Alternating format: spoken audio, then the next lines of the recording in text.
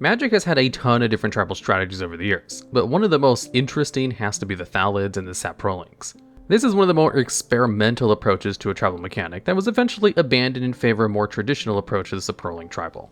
Today, we're going to go over all of the Thallids and the original mechanics and discuss exactly why it didn't work, how the mechanic changed over time, and other possible fixes. The Thallid theme first appeared in Fallen Empires all the way back in 1994. The best example of how they work would probably be Thallid itself. This is a 1/1 fungus with a mana cost of 1 green. It is the ability where you put a spore counter on at the beginning of your upkeep, and you can remove 3 of these spore counters to create a 1/1 green saproling creature token. These two abilities are the majority of the Thallids in the set, though some of them do something slightly different. The basic idea of Thallids is that they gain spore counters each turn and can use them for various effects, though eventually we settle on just making saprolings every time. And just for the record, for the rest of the video, I will refer to both of these abilities collectively as the Thallid abilities to save time. Thorn Thallid costs 1 and 2 green for a 2/2 that also gets a spore counter each turn, and you can remove 3 spore counters to deal 1 damage to any target. This is the exception to the rule, as most of the Thallids do, in fact, just make saprolings. Thallid Devourer is a 2/2 for 3 that has both of Thallid's abilities, but can also sacrifice a saproling to get +1/+2 until the end of turn. Elvish Farmer is a 0/2 elf rather than a fungus, with both of Thallid's abilities for 2 mana, but it also lets you sacrifice a saproling to gain 2 life. And the final Thallid creature is Feral Thallid, which is a 6/3 for 6 that gets a spore counter on each of your upkeeps, and you can remove 3 of them to regenerate Feral Thallid, which means that the next time it would be destroyed this turn, you instead tap it, remove all damage from it, and it's removed from combat. On top of all these creatures, there was also one piece of non-creature support in the form of Fungal Bloom. This is an enchantment that costs 2 green mana and lets you pay 2 green to put a spore counter on a fungus. So the basic idea of Thallids is that you would have a whole bunch of fungi in your deck who would get spore counters each turn, and then you can remove those spore counters to make saprolings. The issue was that this initial run of creatures was extremely bad, even for the time. The main issue was just that wizards overestimate the payoff of making a 1/1 creature. Making a 1/1 every 3 turns is just not that impactful, especially with so much counterplay being available. It makes sense that this effect would be overestimated, as if you squint, it is a form of card advantage, and a card that can theoretically give you infinite card advantage if you wait it long enough is very tempting as a prospect. On top of all this, Fungal Bloom was a pretty terrible support card. This should go without saying, but paying 2 green for 1/3 of a 1/1 saproling or 1/3 of a regeneration was an abysmal rate. I really don't know why they didn't make the mana cost here more favorable. Anyway, after Fallen Empires, Wizards essentially learned that the mechanic of waiting 3 turns for 1/1 wasn't as good as they thought it would be, and we can see the lesson being acted upon going forward. After Fallen Empires, we didn't see Thallids for a long time, all the way until Time Spiral block. This block gave us several more Thallid cards, and one with far, far better abilities and higher power levels overall. First off, basically every Thallid had the standard Thallid abilities now, rather than some doing things like regenerating themselves or pinging as a payoff for removing the spore counters. However, one of the most important changes we can see is how they leaned into the Elvish Farmer direction. Almost every Thallid in the block had the ability to sacrifice a saproling for some sort of effect. First off, we got a color-shifted version of Elvish Farmer in Mycologist, which is exactly the same as Farmer, but it costs 1 and 1 white instead and is a human druid rather than an elf. But there are a ton of new Thallids with sap sacrifice abilities. Deathspore Thallid sacks a sap to give a creature -1/-1.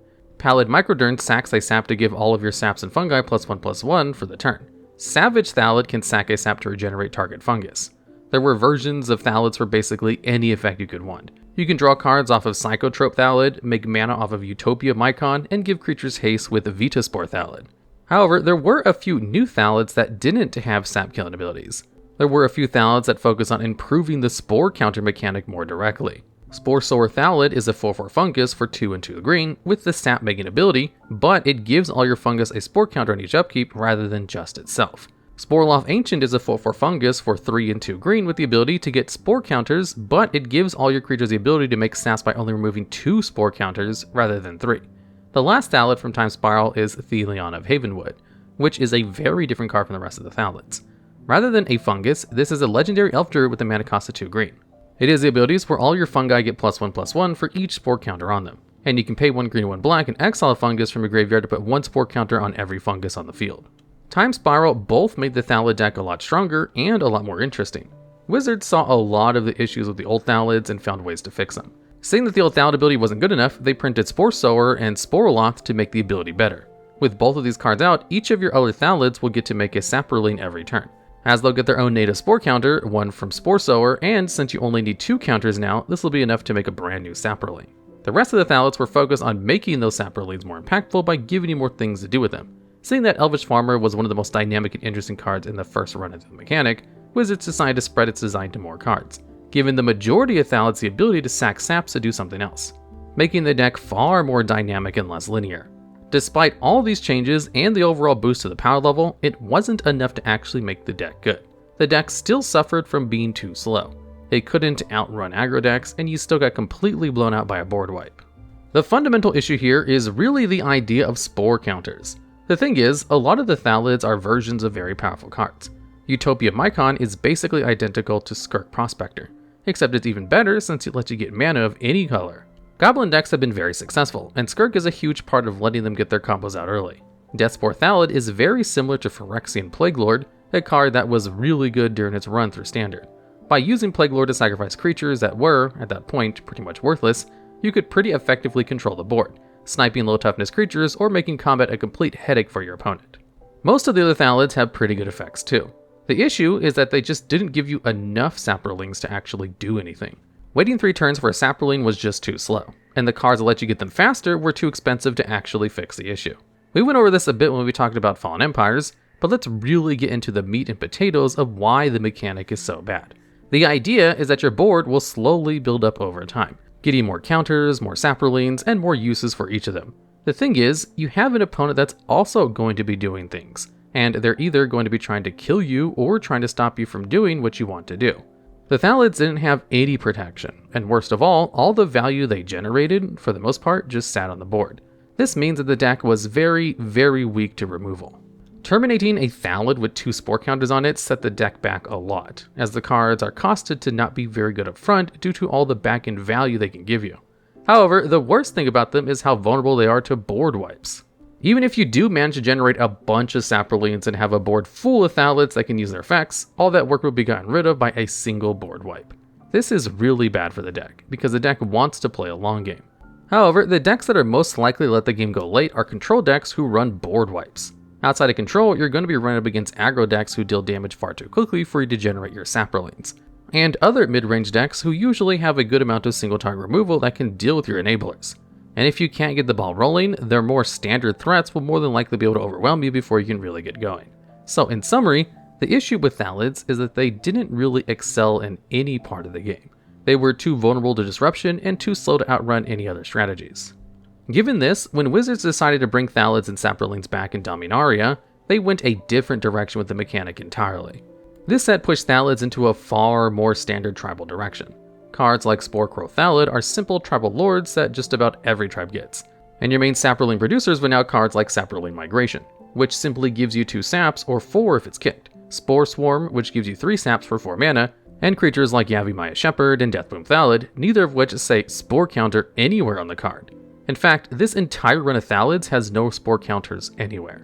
They do, however, keep the sacrifice theme alive. Cards like Thallid Omnivore and Thallid Soothsayer are more generic sacrifice outlets, but since your saps were pretty useless anyway, you might as well toss them to these guys for more value.